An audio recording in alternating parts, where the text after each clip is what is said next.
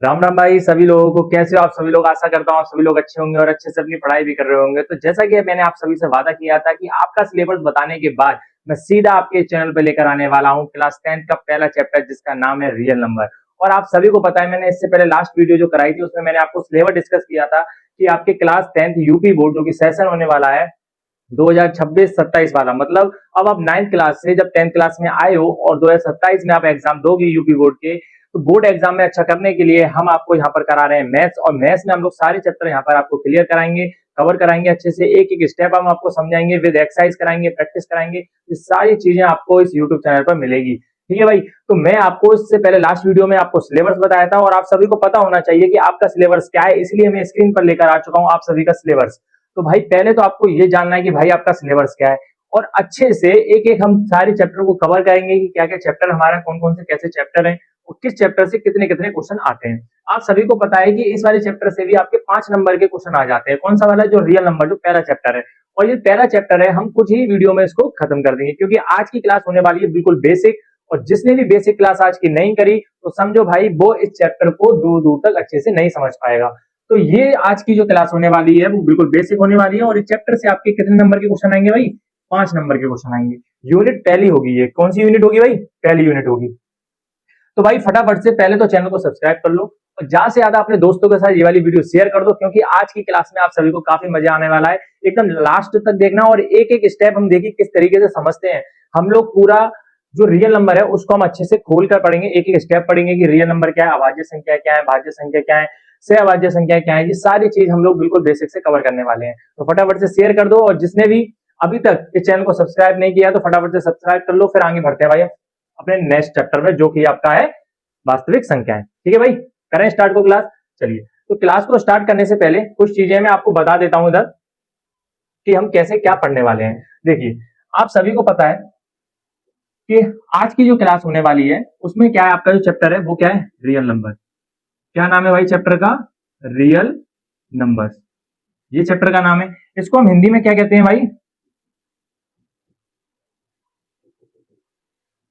वास्तविक संख्याएं। क्या कहते हैं भाई? वास्तविक संख्याएं। ये आपका चैप्टर का नेम है। क्या नेम है भाई? वास्तविक संख्या, मतलब रियल नंबर। ठीक है भाई, क्लियर है? अच्छा, अब इसके बाद समझो कि मैं और क्या कहने वाला हूं।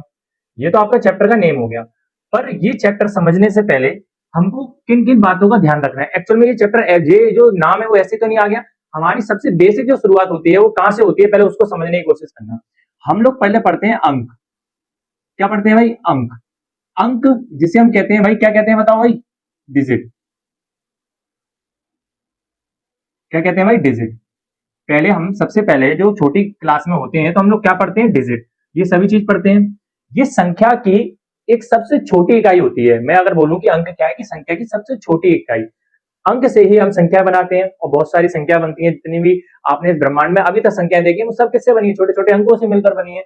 अच्छा, इसके बाद अगर मैं बात करूं, अगर आपको पूछेगा कि इसके एग्जाम्पल सर दे दो, तो मैं सीधा सीधा बता दूंगा आपसे कि एक से एक, दो, तीन, इस तरीके से 9। तो ये सारे क्या है भाई? अंक हैं। क्या है भाई? ये सारे अंक हैं। अच्छा, बिल्कुल सही बात है। अब मैं इसके बाद हम लोग जो पढ़ते हैं वो पढ़ते हैं क्या भाई? संख्या। क्या पढ़ते हैं भाई? संख्या। इसको हम कहते हैं भाई नंबर। इसको क्या कहते हैं भाई? नंबर। तो देखिए, नंबर आप सभी को पता ही है कि अंकों से ही बने होते हैं। अब चाहे मैं किसी की भी बात कर लूं, मान के चलो मैं इधर 20 की बात कर लूं, 25 की बात कर लूं, 32 की बात कर लूं, ऐसे ही करके ना जाने कितने होते हैं। एक 11, मतलब 11 बात कर लूं मैं, इधर मैं बात कर लूं 12 की बात कर लूं। तो ये सारे क्या है? ये क्या है? वो संख्या है। क्या है भाई? संख्या है। इसको इंग्लिश में क्या कहते हैं? नंबर कहते हैं। तो पहले अंक हुआ, फिर आपका संख्या हुआ, और संख्या से ही हम लोग बात करेंगे फिर किसकी? रियल नंबर की। क्योंकि इस ब्रह्मांड में जितने भी आपने नंबर अभी तक देखे हैं वो सब क्या है? रियल नंबर है। कितने क्या है भाई? सभी वो रियल नंबर है। तो हम लोग इस चैप्टर को बिल्कुल बेसिक से पढ़ने वाले हैं और शुरुआत करेंगे हम लोग कहां से भाई? शुरुआत करेंगे हम लोग कहां से? तो फटाफट से बता दो कहां से करेंगे? संख्या से। तो क्या है हमारा? संख्या। संख्या को हमने क्या बोला भाई? नंबर। ठीक है भाई, क्या बोला भाई? नंबर। अच्छा, इसको मैं ब्रैकेट में इस तरीके से बंद कर देता हूं। भाई देखिए अपनी क्लास में बहुत ज्यादा मजे आने वाला है, तो एक एक स्टेप के साथ इस चीज को समझने की कोशिश करना कि मैं किस तरीके से आपको ये बता रहा हूँ। मैंने लिखा नंबर, अब आप बोलोगे सर ये तो मेरे को समझ में आ गया कि नंबर क्या है, अब मेरे को आगे बताओ कि इससे आगे क्या समझना है। तो देखो भाई नंबर को हमने दो पार्ट में डिवाइड कर दिया। पहला पार्ट आपका क्या होगा, वास्तविक संख्या। क्या होगा भाई, वास्तविक संख्याएं लिख देता हूं मैं, ठीक है। अच्छा, इसको इंग्लिश में कहते हैं हम रियल नंबर। क्या कहते हैं भाई, रियल नंबर। पहले मैं बेस आपका बना रहा हूं जिससे कि आपको अच्छे से समझ में आए कि एक्चुअल में हम लोग इस चैप्टर में पढ़ने क्या वाले हैं और ये चीज आई कहां से। मैंने अंक बताया, अंक से संख्या बताई, अब संख्या को मैंने टू पार्ट में डिवाइड कर रहा हूं। पहला पार्ट मैंने आपको बता दिया, अब दूसरे पार्ट की बारी आती है, तो दूसरा पार्ट आता है आपका काल्पनिक संख्या। काल्पनिक संख्याएं, काल्पनिक संख्याओं की बात करूं या मैं इंग्लिश में बोल दूं इमेजिनरी नंबर, ये सारी चीज क्या है आपके संख्या के पार्ट ही है। अब हम लोग इस चैप्टर में जो पढ़ने वाले हैं, मतलब इस वीडियो में पढ़ने वाले हैं, वो पढ़ने वाले हैं क्या भाई, आप बताओ, रियल नंबर। क्या पढ़ने वाले हैं भाई, बताओ, रियल नंबर। क्योंकि हमारा जो क्लास 10th का जो पहला चैप्टर है वो क्या है भाई, रियल नंबर है, तो हमें ये पढ़ना है।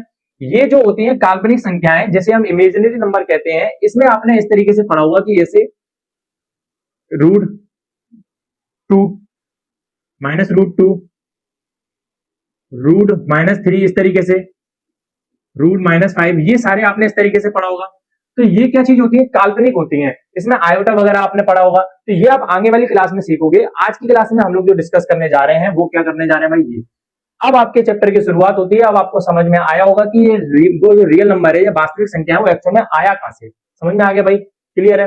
अब हम इस चैप्टर की शुरुआत करने वाले हैं और अब मैं आपके लिए एक ऐसा चार्ट ओपन करने वाला हूं जिससे कि आपको रियल नंबर का एक्चुअल मतलब समझ में आएगा। पहली बात, मैं उस चार्ट को लाने से पहले एक चीज यहां पर बता देता हूं आपको कि आपने सभी ने नंबर लाइन पढ़ी होगी, जो नंबर लाइन होती है आपने सभी ने देखी होगी। इस नंबर लाइन में क्या होता है कि माइनस इनफाइनाइट इधर होता है, और मैं इधर बात करूं तो प्लस इनफाइनाइट या इनफाइनाइट में मान लेता हूं, और बीच में आपके होता है क्या भाई, शून्य। क्या होता है भाई, शून्य, मतलब जीरो। शून्य के अगर मैं इस तरफ जाऊंगा तो आप बोलोगे सर एक आता है, क्या आएगा भाई, एक आएगा। इधर जाऊंगा 2, इधर जाऊंगा 3, इधर जाऊंगा 4, और इस तरीके से चलता रहता है लास्ट तक, जब भी अनंत नहीं आ जाता, अनंत तक चलता रहता है, उसका कोई अंत नहीं है। अगर मैं जीरो के इस तरफ लेकर आऊंगा तो आप बोलोगे सर इधर तो जाएगा -1, इधर जाएगा -2, इधर जाएगा -3, इधर जाएगा -4, और इस तरीके से चलता रहता है ये माइनस अनंत तक। तो जीरो के इस तरफ और जीरो के उस तरफ, इधर माइनस इधर प्लस और जीरो मिलाकर, और इसके बीच में अगर मैं बात करूं कि 1 और 2 के बीच में भी जैसे 1.2, या फिर मैं बात करूं 1.3 या 1.21, इस तरीके के जितने भी नंबर आएंगे ये भी सब इसके बीच में ही आएंगे कहीं ना कहीं। फिर मैं अगर मैं 2 से 3 के बीच में बात करूंगा तो आप बोलोगे 2.1 आएगा, 2.11 आएगा। ये सारे जो नंबर आएंगे वो इस नंबर लाइन में आएंगे। इसे क्या कहते हैं भाई, बताओ फटाफट से। जो लाइन मैंने ये बनाया है इसे क्या कहते हैं, इसे कहते हैं भाई नंबर लाइन। क्या कहते हैं भाई, नंबर लाइन। हिंदी में से कहते हैं संख्या रेखा। क्या कहते हैं भाई, संख्या रेखा। क्लियर हो गया। अच्छा, मेरे उसको बताने का क्या पर्पस था तो वो मैं आपको बता देता हूं। इस लाइन में जितने भी आपको नंबर दिखाई दे रहे हैं या जितने भी इससे नंबर बनेंगे, दैट इज रियल नंबर। खत्म, और कुछ नहीं करना है। अब हम इसको और अच्छे से समझते हैं, और वो चार्ट आपके सामने ओपन हो चुका है। चार्ट में हम लोग एक एक चीज बारीकी से पढ़ेंगे, उसको समझने की कोशिश करना। चैप्टर का नेम है रियल नंबर, इसे हम वास्तविक संख्याएं कहते हैं। इससे पहले हम समझेंगे कि रियल नंबर एक्चुअल में और होता क्या है। एक बार और एक्सप्लेन कर देता हूं, जिन बच्चों को नहीं समझ में आया वो अच्छे से और समझने की कोशिश करें कि वे सभी संख्याएं जिन्हें रेखा, संख्या रेखा में दर्शाया जा सके उसे वास्तविक संख्याएं कहते हैं। इंग्लिश वाले बच्चों के लिए real number are all those number which can be represented on the numbers line, मतलब जिनको भी हम नंबर लाइन में रिप्रेजेंट कर सकते हैं या दर्शा सकते हैं नंबर लाइन के अंदर, वो सभी क्या है, रियल नंबर है। अब एग्जांपल की बात करता हूं, तो एग्जांपल इधर आ जाओ। मैंने अभी आपको बताया कि ये रियल नंबर है। इधर देखो क्या लिख रहा है कि नंबर लाइन में आने वाली संख्याएं, जो भी संख्याएं होती हैं, हर एक संख्या वो क्या कहलाती है, रियल नंबर कहलाती है। चाहे वो -3 हो, -2 हो, -1 हो, 0 हो, 1 हो, 2 हो, 3 हो, और 1 और 2 के बीच में भी आने वाली 1/2, 1/2, 1/2, 3, 4, 5, ये सब क्या है, ये सब क्या है, रियल नंबर है।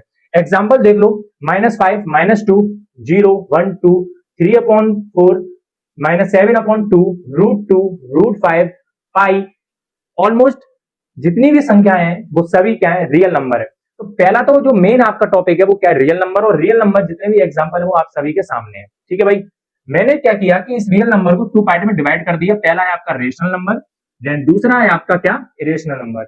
रेशनल नंबर को हम लोग हिंदी में कहते हैं परिमेय संख्या, जिसे हम क्यू से रिप्रेजेंटेटिव करते हैं, क्यू से रिप्रेजेंट करते हैं। एंड आपकी बात करूं मैं इरेशनल नंबर, जिसे हम वास्तविक संख्याएं कहते हैं, सॉरी अपरिमेय कहते हैं। क्या कहते हैं भाई, अपरिमेय कहते हैं।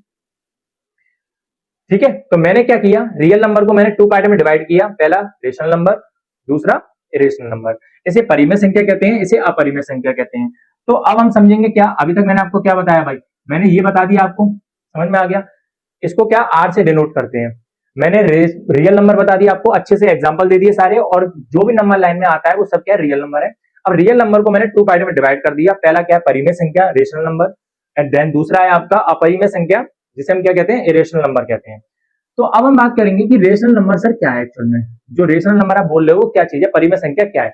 तो देखिए, वे सभी संख्याएं जो P अपॉन Q की फॉर्म में लिखी जाती हैं उसे रेशनल नंबर कहते हैं। समझो, P अपॉन Q की फॉर्म में जो लिखी जाती हैं उन्हें क्या कहते हैं भाई, रेशनल नंबर कहते हैं। बट इसमें क्या है कि Q की value does not equal to zero होगी तब, अगर Q हमारा जीरो नहीं है तब हम कह सकते हैं कि दैट इज रेशनल नंबर।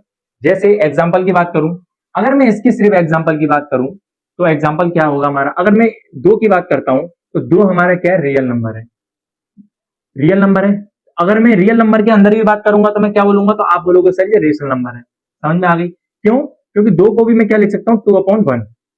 अब नीचे मेरा क्या है, Q के स्थान पर 1 है, ऊपर क्या P के स्थान पर 2 है, P के स्थान पर क्या है भाई मेरा 2 है। तो ये मैं जो बोल रहा हूं कि रेशनल नंबर क्या है, मतलब परिमेय संख्या क्या है, वे सभी संख्याएं जो P अपॉन Q के रूप में लिखी जा सके तो वो क्या है, रेशनल नंबर है। बट अगर नीचे जीरो आ गया, अगर Q नीचे Q की वैल्यू जीरो आ गई तो वो रेशनल नंबर नहीं कहलाएगा, ये आपको याद रखना है भाई। क्लियर है, बताओ भाई, पहला आपको जो मैंने रेशनल नंबर बताया वो चीज आपको क्लियर है कि नहीं। अच्छा, अब आपको ये पता चल गई कि रेशनल नंबर क्या है, कि जो P अपॉन Q के फॉर्म में लिखा जा सकता है उसे हम रेशनल नंबर कहते हैं, but Q does not equal to zero होगा, ये हमें याद रखना है। P की वैल्यू कुछ भी हो सकती है, 1 2 3 4 5 6 7 जो भी है, बट Q नीचे जीरो नहीं होना चाहिए।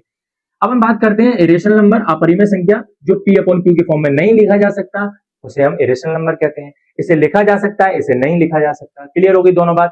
अच्छा, अब समझो, अब आप बोलोगे सर अब मुझे आप एक बार एग्जांपल से और बता दो, फिर मेरे उसके आगे आगे क्लियर कहानी क्लियर हो जाएगी। चलिए, कहानी बिल्कुल एकदम क्लियर कैसे होगी कि मैंने इरेशनल नंबर को भी मैंने चार पार्ट में डिवाइड कर दिया है। पहला पार्ट कौन सा है कि पॉजिटिव इरेशनल नंबर, मतलब धनात्मक परिमेय संख्या, जिसमें सभी धनात्मक संख्याएं आती हैं, चाहे आपका 2 हो गया, 3/4 हो गया, 7/5 हो गया, या 5.6 हो गया, ये सभी क्या है, रियल नंबर है, वो भी पॉजिटिव वाले। तो ऐसे ही करके चलता रहेगा। ऐसे मैं 7.2 लिख दूं, ये भी क्या है, रेशनल नंबर है, वो भी पॉजिटिव वाला। इधर मैं 5 लिख दूं, ये भी क्या है, रेशनल नंबर है, पॉजिटिव वाला। तो ये मैंने एक पार्ट को, इसके एक पार्ट को मैंने एक पार्ट इधर बना दिया जिसका नाम है पॉजिटिव रेशनल नंबर। ठीक है भाई, क्लियर हो गया। देन उसके बाद में बात करूंगा जीरो। तो जीरो आपसे कोई पूछे जीरो कैसा है, तो आप बोलोगे पहले तो रियल नंबर है, आपकी कहानी वहीं पर खत्म हो जाएगी कि आप बोलो रियल नंबर है, बिल्कुल सही बात है। पर उसने अगर ये पूछ लिया कि रियल नंबर के अंदर भी कौन सा वाला पार्ट है, तो आप बोलोगे रेशनल नंबर है। कौन सा बोलोगे भाई, रेशनल नंबर है, क्योंकि ये जो है जीरो, ये रेशनल नंबर की तो पार्ट है। तो समझ में आ गया, ठीक है। अच्छा, अब मैंने आपको यहाँ पे पॉजिटिव, जब मैंने रियल नंबर्स बताए थे तो नेगेटिव रियल नंबर्स भी होते होंगे, तो सेम जो पॉजिटिव है उसमें आप माइनस लगाते जाओ बस, और कुछ नहीं। जैसे -2, -3/4, -5/3 और -7/2, या फिर मैं -5.2 कर सकता हूँ, -7.8 कर सकता हूँ। जो भी आपको सिर्फ माइनस लगा दो तो उसे क्या बोलेंगे, नेगेटिव रेशनल नंबर्स। समझ में आ गई। तो अभी तक हमने 3 पॉइंट पढ़ लिए इसके अंदर के, 1 2 3। अब हम बात करते हैं डेसिमल फॉर्म्स, जिसमें क्या होता है, इस डेसिमल फॉर्म को हम लोग किस तरीके से दो पार्ट में डिवाइड किया। पहला टर्मिनेटिंग डेसिमल, दूसरा नॉन टर्मिनेटिंग डेसिमल।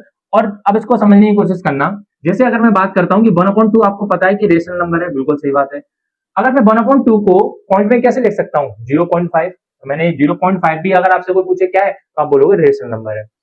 अब मैं बात करता हूँ 3/4 की, तो 3/4 को हम क्या लिख सकते हैं, 0.75। तो ये भी क्या हमारा रेशनल नंबर है। बट अब यहाँ पर एक चीज देख रहे होंगे कि इस डेसिमल फॉर्म को भी उसने क्या बोला, टर्मिनेटिंग डेसिमल। टर्मिनेटिंग डेसिमल इसलिए बोला है इसने क्योंकि ये पॉइंट के एक पॉइंट मतलब एक डिजिट आने के बाद खत्म हो जा रही है, इधर 2 डिजिट आने के बाद खत्म हो जा रही है।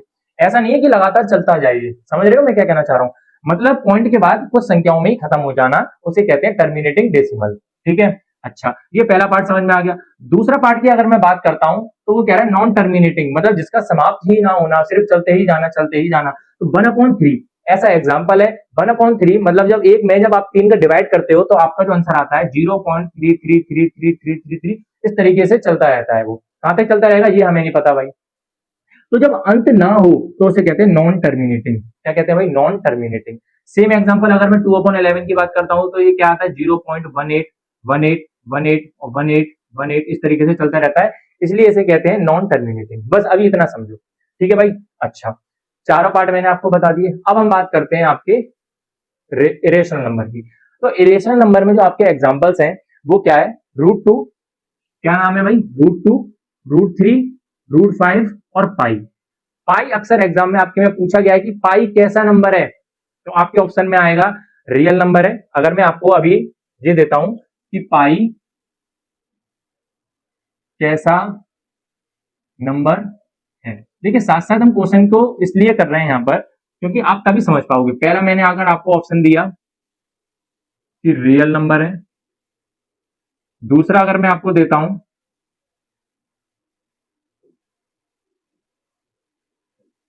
रेशनल नंबर है, तीसरा अगर मैं आपको देता हूं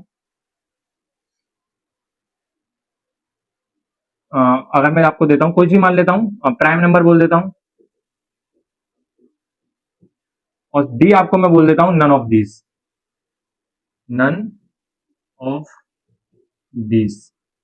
फटाफट से बताओ, चलो भाई फटाफट से बताओ ये क्या होगा इसका आंसर। तो आप सभी को पता है कि पाई जो है उस पाई को हम कैसे करके लेकर आए थे? रियल नंबर से। कैसे लेकर आए थे? Real number. रियल नंबर के भी अंदर दो पार्ट, एक हो गया आपका रेशनल नंबर और एक हो गया इरेशनल नंबर। क्या हो गया? Irrational number. इरेशनल नंबर के अंदर हमने ये पढ़ा है पाई। तो अब आप सभी को समझ में आ गया कि जब मेरे पे इरेशनल नंबर नहीं आया इधर ऑप्शनों में तो फिर मैं क्या लगाऊंगा भाई? Rational number. तो यहाँ पे ऑप्शन नंबर जो ए है वो राइट आंसर होगा। ठीक है, अच्छा अब आप बोलोगे सर अगर रियल नंबर भी आ गया और इरेशनल नंबर भी लिखा आ गया तो आप इरेशनल नंबर को प्रेफर करना, क्योंकि आपने रियल नंबर के अंदर वाला पार्ट बताया है कि एक्चुअल में वो जो रियल नंबर है उसके अंदर भी वो इरेशनल है। कौन? पाई। समझ में आ गया? तो क्या बताना है? आप परिमेय है। कौन? पाई। क्लियर हो गया भाई?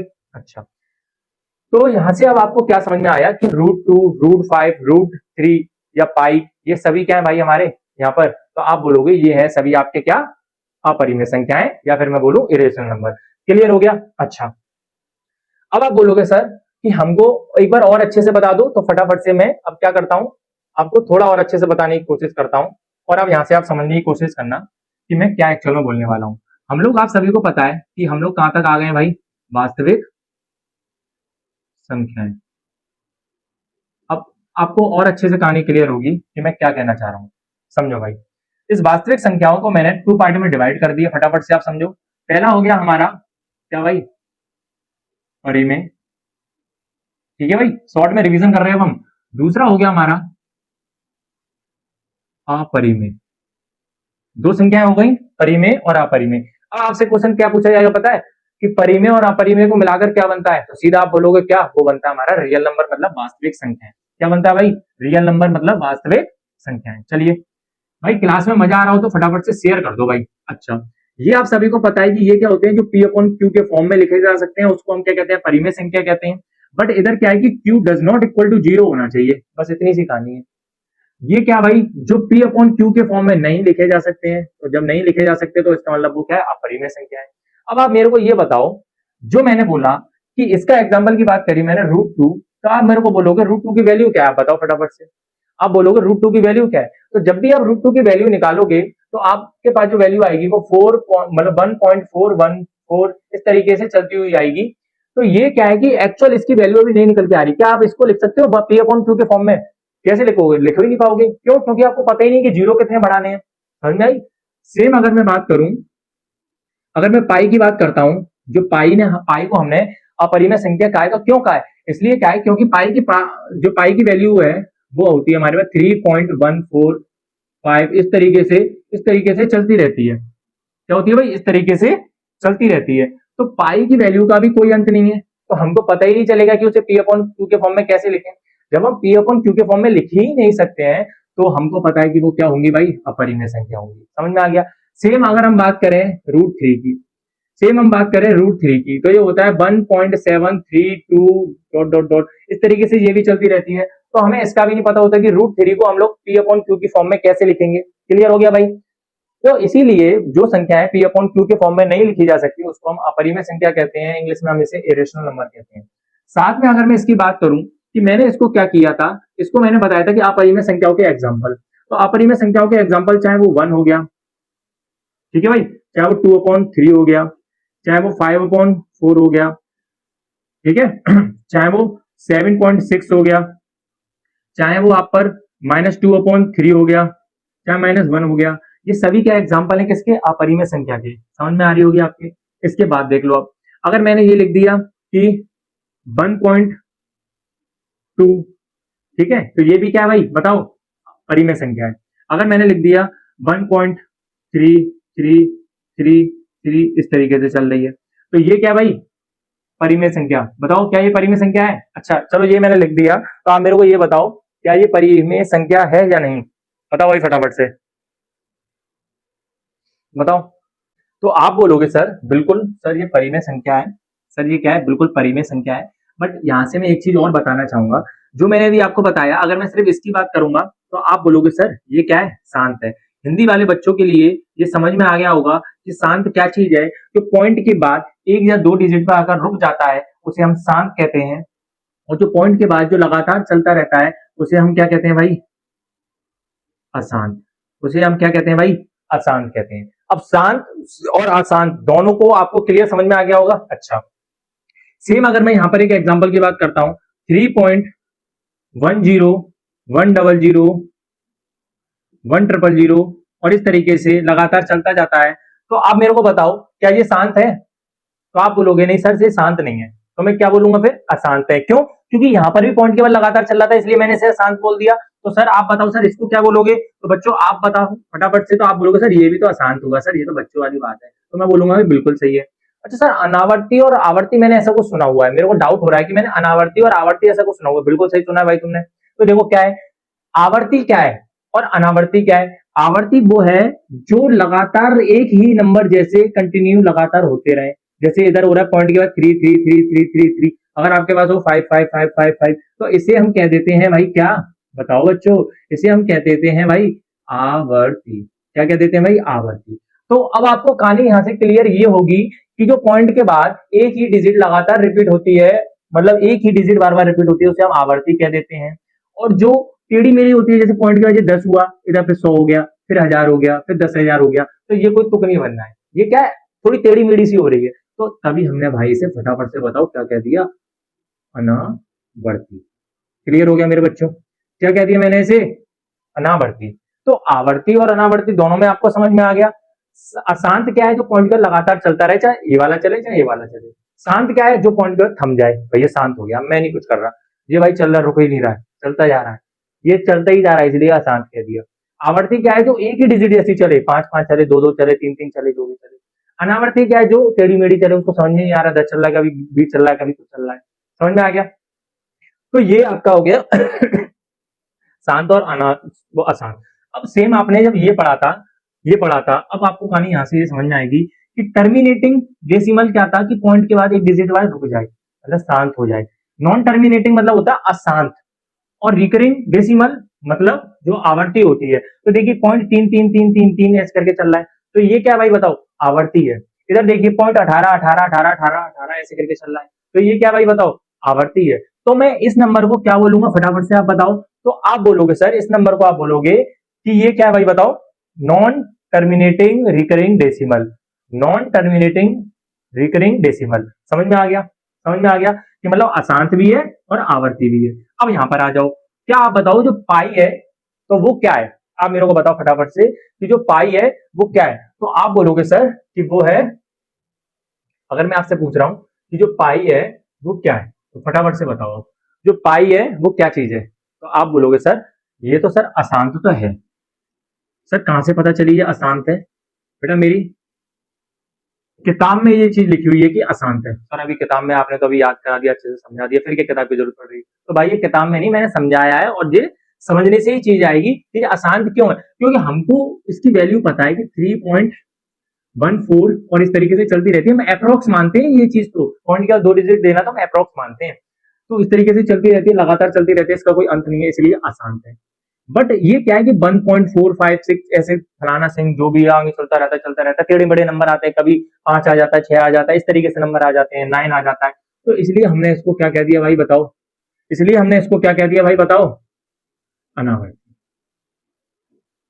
अगर यही लगातार ऐसे ही चलता रहे 1.4 1.4 1.4 1.4, तो हम इसको क्या कह देंगे, आवर्ती कह देंगे। क्लियर हो गया?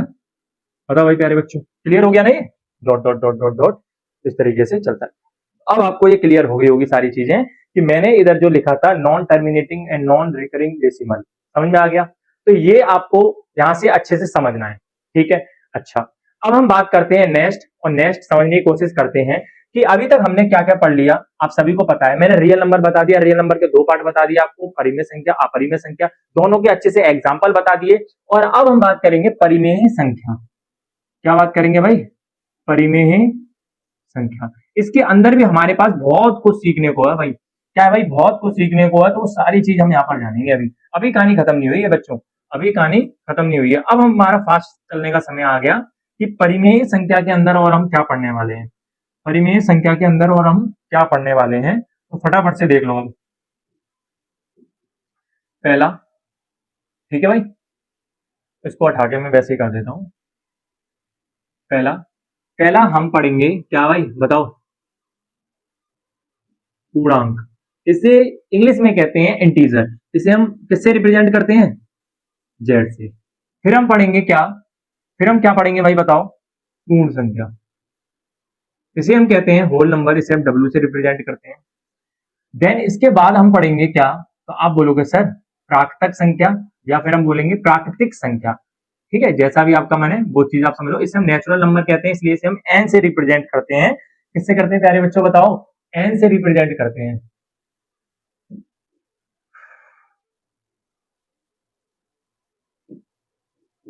तो किससे करते हैं हम? एन से रिप्रेजेंट करते हैं।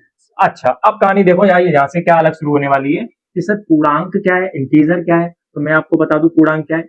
इसको पूर्णांक को क्या है, मैं अगर लिख दूं 0 1 2 3 डॉट डॉट डॉट, इधर -1 -2 -3 डॉट डॉट डॉट डॉट, बाकी भाई कहानी यहां से समझ में आएगी। देखो ब्रदर मेरे, अब देखो 0 से इस तरफ वाली बेटा कहानी, ये आता है आपका क्या? पॉजिटिव पूर्णांक, या बोल दूं मैं पॉजिटिव इंटीजर। ठीक है भाई, 0 के इस तरफ वाली कहानी ये आती है, सॉरी इस तरफ वाली तो नेगेटिव होगा ना, इस तरफ वाली तो नेगेटिव, इस तरफ आता है पॉजिटिव पूर्णांक या फिर इंटीजर। कहानी समझ में आ गई? तो मैंने क्या किया, इंटीजर क्या है हमारे, कि ये सारे इंटीजर हैं। ये क्या है कि यहां से जीरो भी इंटीजर है, याद रखना। तो 0 -1 -2, इधर 0 +1 +2 +3, ये सारे क्या इंटीजर है। बट अगर मैं सिंगल अगर बात करूं कि नेगेटिव इंटीजर क्या है, तो आप बोलोगे -1 -2 -3 अनंत तक। पॉजिटिव पॉजिटिव इंटीजर क्या है, तो आप बोलोगे +1 +2 +3 +4, इस तरीके से पॉजिटिव इंटीजर है। ये क्या है? उदासीन है। ये क्या भाई? उदासीन है। 0 क्या भाई, फटाफट से बताओ? उदासीन है। अच्छा, तो अब आपको यहां से एक चीज समझ में आई होगी, सर ये तो एक तरीके से नंबर लाइन ही तो बन रही है। तो नंबर लाइन के अंदर भी, या फिर नंबर लाइन ही आपकी क्या एक तरीके से पूर्णांक है, जो नंबर लाइन के अंदर दर्शाने में आ जाए। ठीक है भाई, क्लियर हो गया पूर्णांक क्या है? पॉजिटिव पूर्णांक मैंने आपको बता दिया, सॉरी, या फिर धनात्मक पूर्णांक या फिर ऋणात्मक पूर्णांक, दोनों चीजें बता दी। अब यहां से आती है होल नंबर। होल नंबर से पहले मैं आपको बताना चाहूंगा कि प्राकृतिक संख्या क्या है। तो प्राकृतिक संख्या क्या है जो हमें प्राकृतिक द्वारा मिली है, जैसे 1 2 3 4 5 डॉट डॉट डॉट डॉट अनंत तक। ठीक है, इसमें नेगेटिव नहीं आएगा, याद रखना, नेगेटिव नहीं आएगा, सारी पॉजिटिव आएंगी। 0 भी नहीं आएगा। सर 0 में रखना चाहता हूं, तो भाई रख लो, कोई दिक्कत नहीं है। मैं तो ये कहता हूं आप 0 रख लो। अगर आप इधर क्या करोगे, 0 रखोगे, इधर क्या करोगे, 0 रखोगे, तो मैं कह दूंगा कोई दिक्कत नहीं है भाई, एक काम करो 0 रख लो। क्या करो भाई? 0 रख लो। तो मैं भी ये कह दूंगा अगर आपने 0 तो रख लिया है, तो मैं इनको 0 अगर आप रखोगे, तो मैं भाई ना पूर्ण संख्या कह दूंगा। क्या कह दूंगा भाई? पूर्ण संख्या कह दूंगा। तो अब आपको ये समझ में आ गया होगा कि प्राकृतिक संख्याएं हमारी किससे शुरू होती हैं भाई बताओ फटाफट से? प्राकृतिक संख्या हमारी शुरू होती हैं 1 से। और सबसे छोटी प्राकृतिक संख्या होती है हमारी एक। पर अगर मैंने एक से पहले अगर मैंने जीरो लगा लिया तो वो प्राकृतिक संख्या नहीं हुई बाबू, फिर क्या हो जाएंगी, पूर्ण संख्या, जिसे हम होल नंबर कहते हैं। जिसे हम क्या कह देते हैं भाई, होल नंबर। क्या कह देते हैं भाई, होल नंबर। तो आप जीरो लगा लो, कोई प्रॉब्लम नहीं है, बट वो होल नंबर हो जाएगा।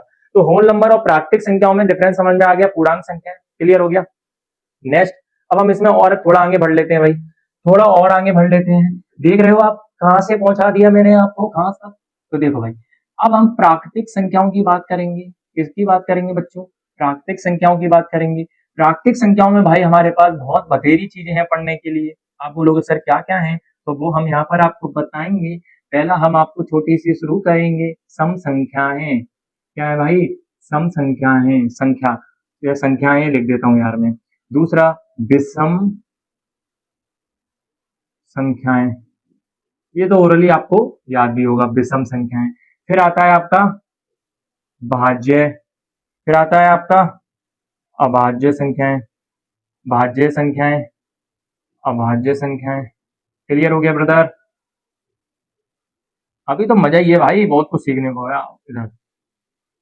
चलिए, ये चीज आपको क्लियर हो गई। मैं थोड़ा ऊपर और करके एक और ऐड कर देता हूं, जिसका नाम है आपका सहअभाज्य संख्या। इसको भी मैं इंक्लूड कर देता हूं वैसे, सह अभाज्य संख्या।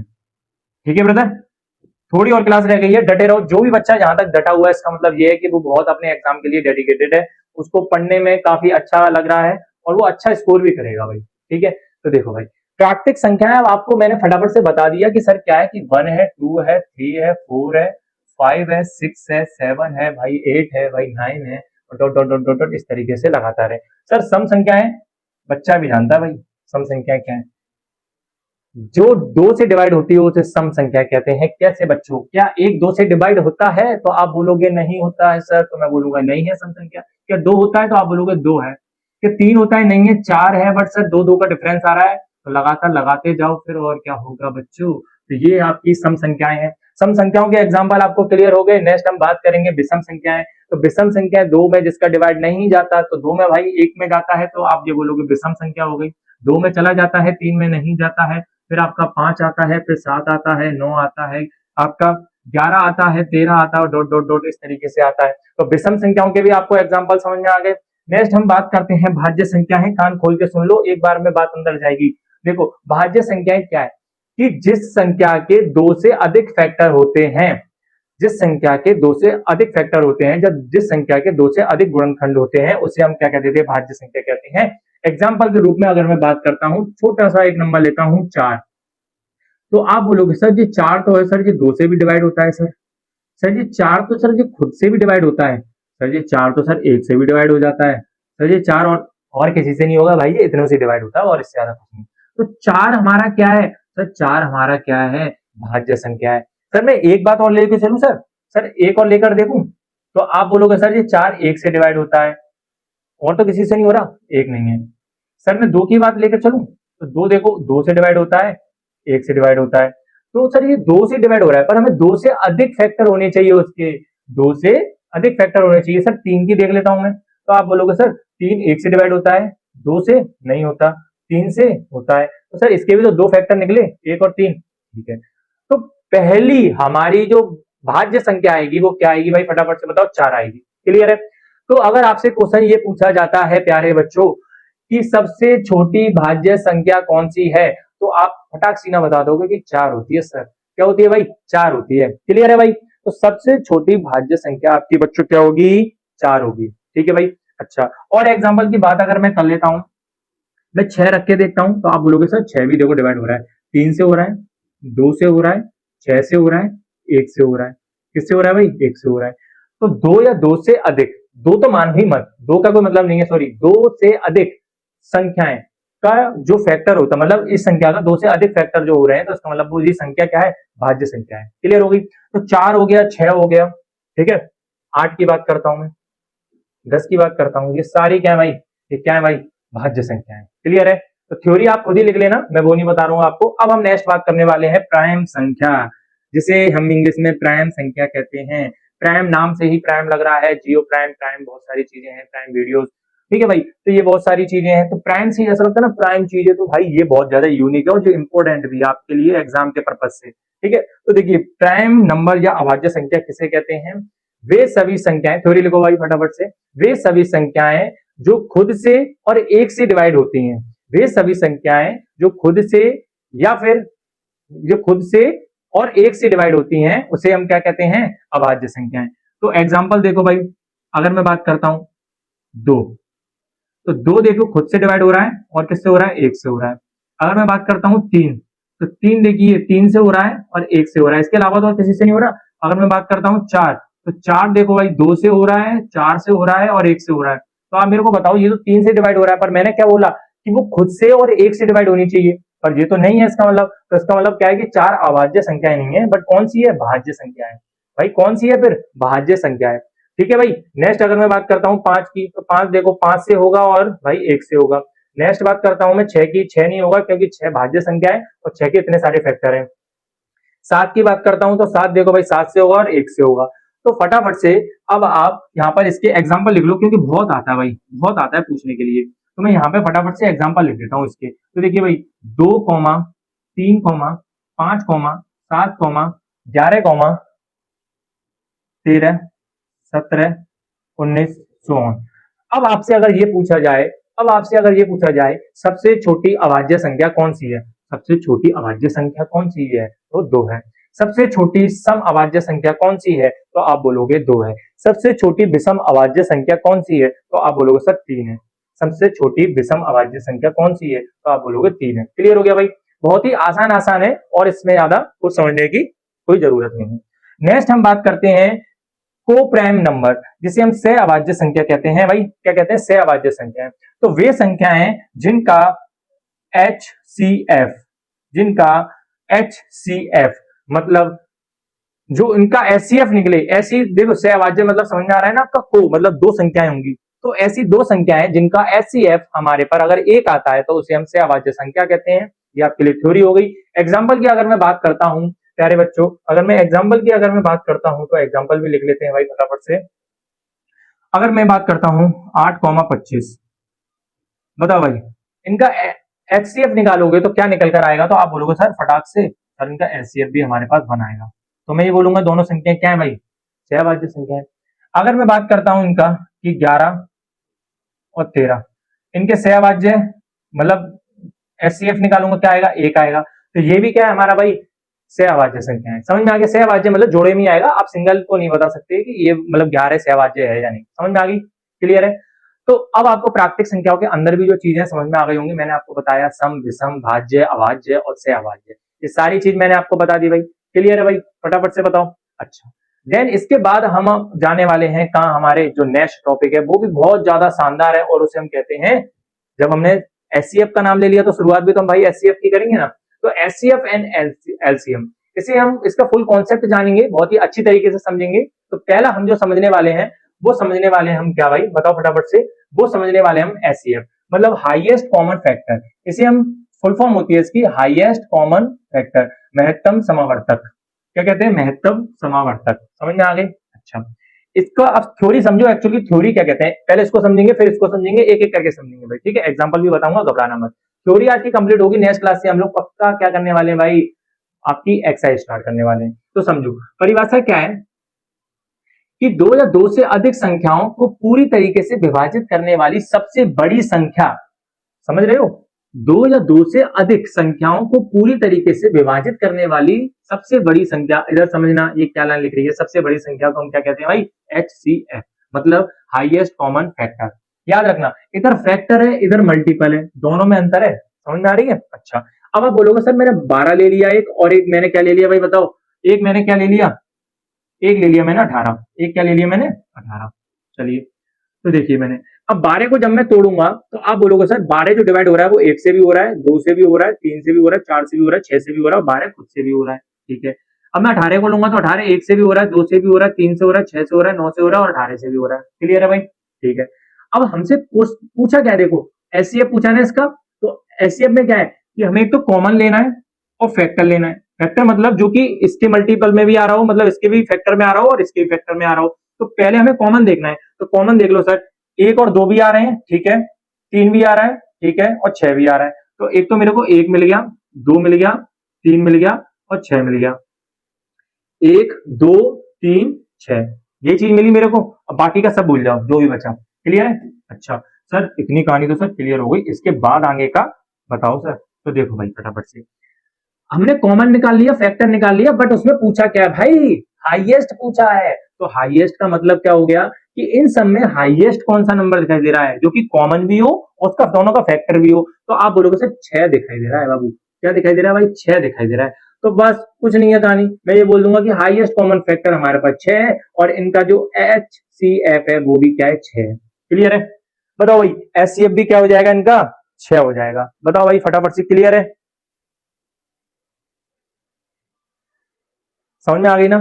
चलिए, तो अभी आप यहां से ये चीज समझ में आ गए कि मैंने क्या किया। कोई भी दो संख्याएं पहले उनको तोड़ो।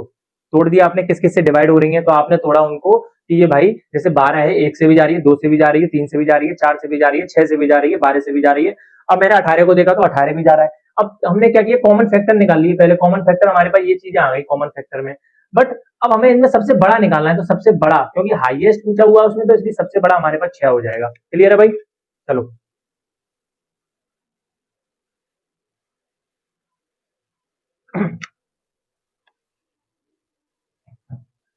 चलिए भाई फटाफट से, भाई मुंह सूख जाता है।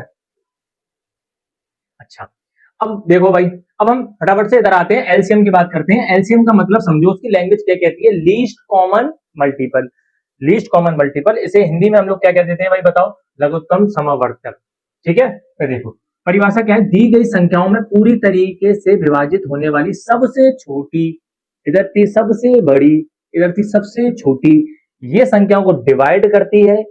और ये क्या कहती है कि मैं संख्याओं को भी डिवाइड करूंगी। समझ में आ रही है? तो देखो, ये सबसे छोटी की बात करी गई है, उधर सबसे बड़ी की बात करी गई है, इधर मल्टीपल है, उधर फैक्टर है, इधर मल्टीपल है, उधर फैक्टर है। मैंने सेम ले लिया 12 और 18। 12 और 18 का अगर एलसीएम निकालूंगा, अगर मैं मल्टीपल्स में देखूं कि 12 किस किस का मल्टीपल है, इधर फैक्टर था, उधर मल्टीपल है। तो 12 मल्टीपल, 12, 24, 36, 48, 60, ऐसे करके 72, तोड़ते जाओ, तोड़ आगे बढ़ाते जाओ, बढ़ाते जाओ। तो 12 का मल्टीपल। सेम 18 की बात करता हूं, तो 18, 36, 54, इस तरीके से आगे तोड़ते जाओ। समझ में आ रही है कहानी? क्लियर है ना? 18, 36, 54, इस तरीके से आगे बढ़ाते जाओ। अब मेरे को क्या है कि इन दोनों में मेरे को देखो कॉमन निकालना है, कॉमन मल्टीपल। तो कॉमन मल्टीपल में देखो मेरे पे क्या क्या आ रहा है, इधर 18 तो कहीं है ही नहीं ना, ऊपर है, कुछ कॉमन में मल्टीपल नहीं आ रहा। बट सर एक चीज आ रही है कॉमन में मल्टीपल, अगर मैं इधर आगे बढ़ा दूं तो मेरे पास 72 आएगा। क्या आएगा भाई? 72 आएगा, क्योंकि 12 के टेबल में 72 आता है। तो सर दो कॉमन मिल गए अब तो मेरे को, एक 36 मिला है, एक आपका 72 मिला है। और भी मिल सकता है, मैं ये नहीं कह रहा हूं, मैं सिर्फ दो का एग्जाम्पल देकर आपको समझा रहा हूं। अब समझो, तो मेरे को क्या है कि 72 भी मिल गया और 36 भी मिल गया भाई बच्चों। जब मेरे को 72 और 36 मिल गया, तो मैं क्या 72 नहीं लिख सकता? ना बेटा, इधर हाईएस्ट पूछा था, इधर लीस्ट पूछा है। तो 72 कम है या 36 कम है? तो आप बोलोगे 36 कम है, 36 आंसर हो गया, खत्म, कुछ नहीं करना। 36 इसका एलसीएम हो जाएगा और यही इसका राइट आंसर होगा, क्योंकि हमको कॉमन स्मॉलेस्ट मल्टीपल निकालना है। कॉमन जो स्मॉलेस्ट है, सबसे छोटा है, उसका निकालना है। तो समझ में आ गई आपको? मैंने दोनों अभी आपको बता दिए हैं। अब और हम आगे बढ़ते हैं। एक आता है आपका कि और आप किस तरीके से कर सकते हो, तो आप देख लो, समझ लो किस तरीके से कर सकते हो। 24 है, 36 है, इनको मैं तोड़ूंगा। दो, दो इंटू दो, दो इंटू दो, तीन। तो मैं देखिए, दो, एक, दो, तीन। तो मैं दो की पावर कितना लिख सकता हूँ? तीन इंटू तीन, ये है। अगर 36 है तो दो, दो और तीन, तीन। तो दो की पावर दो इंटू तीन की पावर तीन। अब मेरे को ये क्लियर हो गया, यहां से क्लियर हो गया। अब मेरे को देखिए यहां से निकालना क्या है कि कॉमन स्मॉलेस्ट पावर, तो सबसे कम पावर वाला कौन सा है इसमें? तो आप बोलोगे सर ये है कॉमन, सबसे कम पावर वाला। और तीन में कौन सा है? तो आप बोलोगे तीन है सबसे कम पावर वाला। बिल्कुल सही है। तो मैंने दो की पावर दो इंटू तीन की पावर एक, तो दो की पावर दो कितना हो जाएगा? चार, और तीन की पावर एक कितना हो जाएगा? तीन। तो दोनों का मल्टीप्लाई करूंगा, कितना आ जाएगा मेरे पास? 12। कितना आ जाएगा भाई? 12। तो मैं ये बोलूंगा 24 और 36 का जो एलसीएम है मेरे पे, सॉरी एचसीएफ है, वो क्या आ जाएगा? 12 आ जाएगा। क्या आ जाएगा भाई? 12 आ जाएगा आपका। क्लियर है? फटाफट से बताओ ये क्लियर है कि नहीं। चलिए भाई, थोड़ा और रह गया बस क्लास में, उसके बाद क्लास का दी एंड होने वाला है बस। अब समझ लो भाई यहां से आगे। अब ये चीज आपको समझ में आ गई, मैंने आपको ये बता दिया किस तरीके से निकलेगा। अब आप थोड़ा और समझ लो एक बार, फटाफट से हम ओवरव्यू और देख लेते हैं क्या क्या चीजें हैं। हमको ये समझ में आ गया कि एचसीएफ वह सबसे बड़ी संख्या है जो दी गई संख्याओं में पूरी तरीके से विभाजित करे, जो दी गई संख्याओं को पूरी तरीके से विभाजित करे। जैसे मैंने फटाफट से 12 18 का लिया, इनका वो किया मैंने, कॉमन फैक्टर निकाले, कॉमन फैक्टर के बाद जो हमें सबसे हाईएस्ट वाला मिला वो 6 मिला, तो 6 इसका एचसीएफ हो जाएगा। ठीक है भाई। इधर एलसीएम की बात करूं तो एलसीएम वह सबसे छोटी संख्या है जो दी गई संख्याओं से पूरी तरीके से विभाजित हो। तो मैंने सेम निकाला, इसका 36 हो गया, आपको मैं ऑलरेडी बता चुका हूं, ये और कुछ नहीं है। ठीक है। ये भी कुछ नहीं है, ये प्राइम फैक्टराइजेशन है, ये भी कुछ नहीं है, हम आगे और क्लास में पढ़ते रहेंगे इसको किस तरीके से करते हैं। ठीक है भाई। अच्छा, और हाँ, ये चीज और समझनी है हमको, समझ में आओ भाई, ये चीज और समझनी है, इसको और समझना है हमें कि ये किस तरीके से होना है। चलिए, तो देखो कुछ नहीं है, मेमोरी लाइन याद करने के लिए आप क्या कर सकते हो कि HCF क्या है, सबसे बड़ा भाग देने वाला, सबसे बड़ा भाग देने वाला, और एलसीएम क्या है, सबसे छोटा गुणज वाला, सबसे छोटा गुणज, सबसे छोटा गुणज। ठीक है भाई, क्लियर है। चलिए अब समझो, इससे पहले मैं इसको और बता देता हूं, इसको और बता देता हूं। आपके एग्जाम में भरपूर क्वेश्चन आए हुए हैं इससे, मतलब इतने भी ज्यादा नहीं आते पर आते हैं, समझो। फटाफट से मैं इसको और बता देता हूं, फिर आपको थोड़ा और बताना है, बस क्लास का एंड करना है। देखिए, आपको किन्हीं दो संख्याओं का, समझ थोड़ी लिखना, किन्हीं भी दो संख्याओं का HCF एंड LCM का प्रोडक्ट उन दो संख्याओं के प्रोडक्ट के बराबर होता है, उन दो संख्याओं के प्रोडक्ट के बराबर होता है। क्लियर है भाई, क्लियर है। बताओ, किन्हीं भी दो संख्याओं का जब आप HCF निकालोगे और उनका अगर आपको LCM दे रखा है, तो आपसे उन दो संख्याओं का पूछेगा कि गुणज बताओ या फिर प्रोडक्ट बताओ, तो आप फटाफट से यहां से बता दोगे।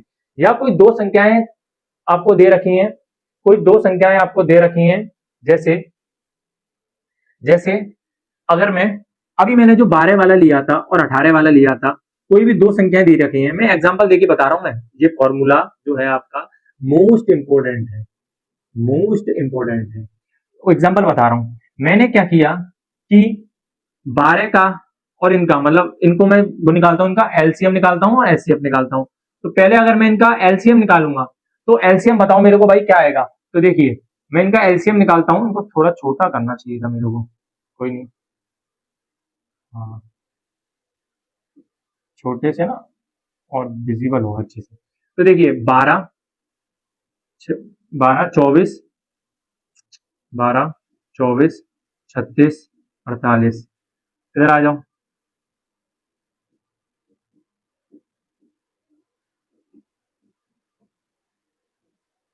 ठीक है भाई, तो ऐसा नहीं है, और भी चलेगा। ठीक है। अब अगर मेरे को इसका एलसीएम निकालना है, अगर मेरे को इसका एलसीएम निकालना है, तभी तो मैंने ये किया मल्टीपल। देखिए, लीस्ट कॉमन मल्टीपल, तो देखिए लीस्ट कॉमन मल्टीपल में क्या आ रहा है, तो आप बोलोगे 36 आ रहा है, तो इसका जो एलसीएम है इन दोनों का क्या हो जाएगा भाई, 36 हो जाएगा। क्या हो जाएगा भाई, 36 हो जाएगा। कहानी समझ में आ गई। अच्छा, अब आप बोलोगे सर ये तो ठीक है, बट अब आप अगर इसका एलसीएम सॉरी एचसीएफ निकालोगे, तो एचसीएफ में क्या है, ये किसके फैक्टर है, तो आप बोलोगे 1 का है, 2 का है, 3 का है, 4 का है, और बेटा ये 5 का ही 6 का है, और ये खुद 12 का है। इसका देख लोगे आप, तो ये 1 का है, 1 का है, ये 2 का है, ये 3 से भी जाएगा, ये 4 से नहीं जाएगा, 5 से नहीं जाएगा, 6 से जाएगा, 6 और ये 12 सॉरी 18, दो 7 से नहीं, 8 से नहीं, 9 से नहीं, 9 से जाएगा, बिल्कुल जाएगा बेटे, और ये 12, और ये आपका इस तरीके से चलता रहेगा, और 18 से जाएगा लास्ट। हाँ, ठीक है ना। चलिए, अब मेरे को हाईएस्ट हाईएस्ट कॉमन फैक्टर निकालना है, तो हाईएस्ट कॉमन फैक्टर में मेरे को 6 मिलेगा। क्या मिलेगा, हाईएस्ट कॉमन फैक्टर में मेरे को क्या मिलेगा, 6 मिलेगा। तो इनका जो मेरे को HCF है वो कितना आ जाएगा, 6 आ जाएगा। क्या आ जाएगा भाई बच्चों, 6 आ जाएगा। अब समझने की कोशिश करो, अब आपसे क्वेश्चन पूछा जाएगा, इस वाले क्वेश्चन कॉन्सेप्ट के लिए बता रहा हूं कि दो संख्याओं का, ये दो संख्याएं हो गई, दो संख्याओं का एलसीएम और एचसीएफ का प्रोडक्ट दे रखा है, तो आप लिख दोगे ये। ठीक है भाई, प्रोडक्ट दे रखा है, मैंने प्रोडक्ट मतलब होता है गुणा करना उनका, तो मैंने गुणा कर दिया। तो वो दो संख्याएं, अगर मैं बात करूं कि उन दो संख्याओं का, या फिर मैं एक काम करता हूं, इस तरीके से नहीं बताता, हाँ चलो पहले मैं ये बता देता हूं कि किन्हीं दो संख्याओं के एलसीएम और एचसीएफ का प्रोडक्ट दे रखा है, वो ये दे रखा है आपको, तो उन दोनों संख्याओं का आपको प्रोडक्ट बताना है। तो अब आपको पता है कि जब मेरे पास दो संख्याओं का एलसीएम सॉरी एचसीएफ और एलसीएम का जो प्रोडक्ट होता है वो उन दो संख्याओं के प्रोडक्ट के बराबर होता है। तो मैं अगर इन दोनों का प्रोडक्ट रख दिया तो उन दोनों का प्रोडक्ट भी तो सेम आएगा, तो मैं सीधा इसका मल्टीप्लाई कर दूंगा। तो 6×36 होते हैं भाई, ये 36 आ जाएगा और 3 पावर चढ़ जाएगा। 6×18 और ये कितना आ जाएगा आपका भाई 216। कितना आ जाएगा भाई 216। 6×36 और 3 पावर लग जाएगी और ये 6×18 और 3×21 हो जाएगा। क्लियर हो गया। अच्छा, अब आपसे कभी कभी क्या करेगा कि दो संख्याएं, मतलब आपको 3 संख्याएं देगा और एक संख्या गैप कर देगा। जैसे अब आपसे बोलेगा कि किन्हीं दो संख्याओं का एलसीएम एलसीएम आपको दे रखा है 36। क्या दे रखा है भाई 36। और किन्हीं दो संख्याओं का एलसीएम आपको 36 दे रखा है और एचसीएफ आपको दे रखा है आपको 6। एचसीएफ आपको कितना दे रखा है 6। और एक संख्या आपको पता है कि 12 है। एक संख्या आपको क्या पता है कि 12 है, तो दूसरी संख्या निकालो। एक संख्या आपको पता है कि 12 है तो दूसरी संख्या निकालो। तो आप बोलोगे सर हमको ये पता है कि HCF into LCM equal to होता है ए इंटू बी, मतलब दोनों संख्याओं का प्रोडक्ट और उनके एलसीएम और उनके एचसीएफ का प्रोडक्ट। याद रखना ये जो एलसीएम और एचसीएफ है, जो इन दोनों संख्याओं के एचसीएफ और एलसीएम का प्रोडक्ट है, ये नहीं है कि ऐसे मैं रैंडम कर दूंगा कहीं से। तो ये हो गया, ठीक है भाई।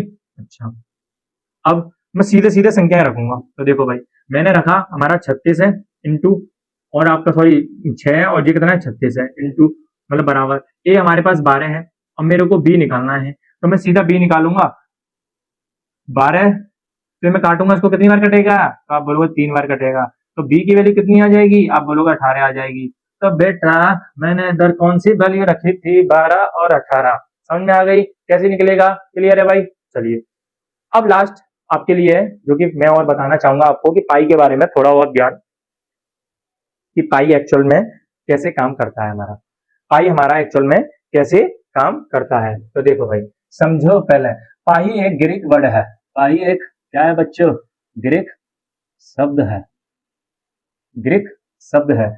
ये पाई जो आता है वो कैसे आता है कि किसी सर्कल का व्यास, व्यास क्या होगा? जो ये लाइन खींची है मैंने केंद्र से, अगर यहां से यहां तक की बात करता हूं तो ये रेडियस हो जाती है। वृत्त आपने पढ़ा ही होगा, ये रेडियस हो जाती है। अगर इस पूरी लाइन की बात करूंगा तो ये भी तो आर हो जाएगी और ये आर आर मिलकर हमारे पास कितने आर हो जाते हैं? तो आप बोलोगे 2r और ये 2r ही इसका व्यास कहलाता है। क्या कहलाता है? व्यास कहलाता है। इंग्लिश वाले छात्रों के लिए इसे डायामीटर कहते हैं। क्लियर है भाई? इसे क्या कहते हैं भाई? डायामीटर कहते हैं। अच्छा, इस वृत्त की परिधि, परिधि मतलब इसका ये पूरा एरिया, ये क्या पूरा एरिया, मतलब ये पूरा एरिया, ये पूरा एरिया, ठीक है भाई। इसे क्या कहते हैं हम? परिधि। इसे क्या कहते हैं हम? परिधि। इसे हम क्या कहते हैं? परिधि। सरकमफेरेंस, सरकमफेरेंस को हम सी से डिनोट करते हैं और सरकमफेरेंस होता है 2 पाई आर। क्या होता है भाई? 2 पाई आर, सॉरी क्या होता है भाई? 2 पाई आर। क्या होता है बच्चों? 2 पाई आर। अच्छा, अब पाई कैसे निकलता है? तो पाई ऐसे निकलता है कि किसी वृत्त की परिधि, किसी वृत्त की परिधि अपॉन उस वृत्त का व्यास बराबर पाई आता है। आप कहोगे सर ये कैसे आया, हमें तो समझ में नहीं आया। तो ऐसे आया बच्चों। देखो आपको पता है किसी भी वृत्त की परिधि क्या होती है? तो आप बोलोगे 2 पाई आर होती है। किसी वृत्त का व्यास, अगर उसकी रेडियस आर है तो उसका अगर व्यास मैं बताऊंगा तो क्या हो जाएगा? 2r हो जाएगा। यहां से क्या है बच्चों कि r से r चला जाएगा, 2 से 2 चला जाएगा, बराबर करके पाई आ जाएगा और यही पाई यही वाला है। तो अगर आपको पता चले कि पाई कैसे निकला तो किसी वृत्त की परिधि अपॉन व्यास से क्या निकलता है भाई? पाई निकलता है। ठीक है भाई। पाई की आप सभी को वैल्यू पता है कि वैल्यू क्या होती है? 3.14159 डॉट डॉट डॉट डॉट इस तरीके से होती है। पाई की वैल्यू हम लोग पढ़ते समय मैथमेटिक्स में अप्रोक्स 22/7 मानते हैं। ठीक है भाई। और क्या मान लेते हैं बताओ भाई? और क्या मान लेते हैं? तो आप बोलोगे 3.14 मान लेते हैं। ये सब क्या है? ये पाई की वैल्यू है। ये सब क्या है? ये पाई की वैल्यू है, अप्रोक्स वैल्यू है, कोई वैसी वाली वैल्यू नहीं है। क्लियर है भाई? बताओ भाई फटाफट से। क्लियर है? और आज की थ्योरी आपकी कंप्लीट हो गई। मेरी मुझे नहीं पता कि क्लास कितनी लंबी हो गई होगी, पर मुझे ऐसा लगता है कि 1 घंटे प्लस ही क्लास हो गई होगी। ठीक है भाई, क्योंकि क्लास रिकॉर्ड हो रही है। तो मैं आज की क्लास में आपको मैंने बहुत कुछ समझाया है। एक एक चीज समझो। आप देखो अंक से बताया मैंने, रियल नंबर को और खोला मैंने परी में, रेशनल नंबर, ये सब चीजें आपको बताने के बाद फिर मैंने और अच्छे से बताया पूर्णांक, पूर्ण संख्या, प्राकृतिक संख्याएं, विषम सम, भाज्य, सहभाज्य, ठीक है, अभाज्य संख्याएं। फिर मैंने ये एलसीएम एचसीएफ आपको बताया, अच्छे से खोला। फिर इनका जो प्रोडक्ट वाला था ये आपको मैंने कॉन्सेप्ट बताया, फिर पाई की वैल्यू मैंने फाइनली आपको बता दी। क्लियर है भाई? बताओ, आपको समझ में आ गई? अच्छा, चले भाई, तो आज की क्लास आपको कैसी लगी ये आप लोग बताओगे फटाफट से। और जिन बच्चों ने भी अभी तक लास्ट तक क्लास देखी है, इसका मतलब वो अच्छे से अपने तैयारी में लगे पड़े हैं। और मैं चाहूंगा कि आप अच्छे तरीके से करो, क्योंकि देखिए लास्ट में क्या होता है कि तैयारी तो आप लोग करते हो पर वो मजा नहीं आता। लास्ट में क्या है कि वही बच्चे भागते हैं जिनको ये लगता है कि नहीं मैं थोड़ा थोड़ा पढ़ लूंगा बस अपने नंबर ले आऊँ। देखिए क्या होता है लाइफ में आपके में दो तरीके के आपने लोग देखे होंगे, एक तो जब बहुत बड़ा काम कर रहे हैं, एक या तो बहुत बेकार काम कर रहे हैं। दो लोगों के नाम सुने होंगे, या तो आपने बड़े महान व्यक्ति का नाम सुना होगा, या तो बिल्कुल गंवार व्यक्ति का नाम सुना होगा कि ये गंवार है। बीच वाले जो होते हैं वो जिंदगी में सिर्फ बीच वाले ही रह जाते हैं, कि उनको ना है तो सबसे ऊपर टॉप में जा पाते हैं, ना ही सबसे नीचे जा पाते हैं। तो इसीलिए या तो आपको सबसे बड़ा काम करना है अपने जीवन में, समझ में आ रही है मैं क्या कहना चाह रहा हूँ? आपको अपने जीवन में बहुत ज्यादा बड़ा काम करना है, अच्छे से पढ़ाई करनी है, माँ बाप का नाम रोशन करना है, खुद का नाम रोशन करना है, खुद के लिए एक लक्ष्य तैयार करना है कि हाँ अब मेरे को ये चीज करनी है, अब मैं इस चीज को कैसे भी करके प्राप्त कर सकता हूँ। पहला काम आपका यही रहेगा, हमेशा अपने जीवन में याद रखो कि अपने आप को एक छोटा छोटा टारगेट दो कि आज मैं ये वाला काम कर रहा हूँ, आज मेरे को ये वाला पूरे दिन में काम करना है, उसके बाद मैं आप खेलूंगा या कुछ भी और काम करूंगा। तो छोटे छोटे स्टेप आपके लिए एक बड़ी कामयाबी की ओर बढ़ने के लिए वो स्टेप तैयार होते हैं। ठीक है भाई? तो लगातार मेहनत करते रहिए, कोई नहीं आज नहीं धीरे नहीं कुछ समय बाद वो चीजें आपको समझ में आएंगी। तो बाकी एडवांस क्लास के साथ जुड़ते रहिए यहाँ पर, और चैनल अगर सब्सक्राइब नहीं किया तो चैनल सब्सक्राइब कर लो। मिलते हैं नेक्स्ट वीडियो में। आपको वीडियो कैसी लगी कमेंट बॉक्स में जरूर बताना भाई। ठीक है, धन्यवाद, शुक्रिया।